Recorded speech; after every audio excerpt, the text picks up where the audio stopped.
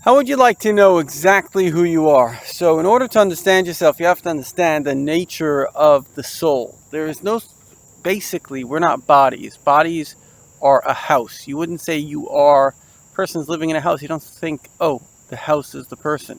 So what is a soul? Every single soul has 5 different levels to it. The first level is there's something that causes the soul pleasure. So for example, let's say everything really has a soul. Animals have a soul, even plants have a soul. I'm not going to go onto deeper levels, but these are levels that are obvious. They're living, they want to live. People certainly have a soul. Let's start with people, because people are easier for us to understand because we are. So what are the things that cause us pleasure? So there are different desires. First of all, there's, let's say, a desire for pleasure itself. That's called water. Water is the source of pleasure. Then there's a desire, conversely, not to have any pain. There's also what's called earth. Earth is a desire basically for laziness or melancholy. Then there is the desire of fire. Fire is the desire for supremacy. People like to be recognized. They like to be great.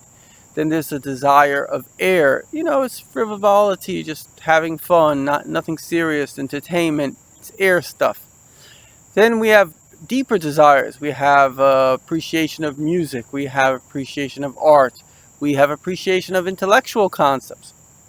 That's all within the soul of what's called the animal soul. Every single animal, in a certain sense, has these things in common. Now, obviously, they don't have the deeper things, but the earth, air, fire, water, to some extent, they have that as well. Certainly, pleasure and pain is what runs their whole system. So, the next thing is we have to understand we're not just one soul, we're 3 souls. And this is why we're complicated, and this is why we're conflicted, and this is why we're complex. Not only do we have an animal soul, which is the basic idea that I want my existence, I want to feel good, I don't want to feel pain, I want to feel secure, I don't want to feel insecure. Obviously, hunger is pain, and I don't want to feel that. Many, many different things that will cause pain or pleasure, and those are pretty much hardwired into us. However, there's also an intellectual soul. Now, this is something that only humans have. No animal has this. This is actually, we want things to make sense. We want things to add up. And animals don't need things to make sense. They're either feeling good or they're feeling bad. It doesn't matter to them if the world is consistent or inconsistent, if science proves anything or it doesn't. It just doesn't matter to them. But to us, it does matter. We have an intellectual soul. We're intelligent. We're intelligent. By the age of 2, a little child has overtaken a grown ape in terms of intelligence. So we are intelligent beings. And most importantly, we have a divine soul. We actually have a part of God in us. And this part basically has a deep desire to go back to its source. It loves God. In fact, parts of our brain, when we're being spiritual, light up. So we are basically 3 souls. And these souls actually are in conflict with each other. Because the divine soul basically wants to go back to God. The animal soul wants to just get whatever the animal instincts are, and we all have a predilection. For example, my predilection is more earth. Earth is more towards sadness as well as towards laziness. Other people's predilection is fire. They're very, very about they're about their ego. A lot of those people become business people. They're very driven. Then there are other people that it's about fun. Basically Jerry Seinfeld. It's just about telling jokes, wasting your life in stupidity. And then you have other people, which is about pleasure. They call it the addict personality. They're very into pleasure, and it's very hard for them to give that up. For me, pleasure is not a big deal. It's like, obviously I enjoy pleasure, but it's not an addiction to me.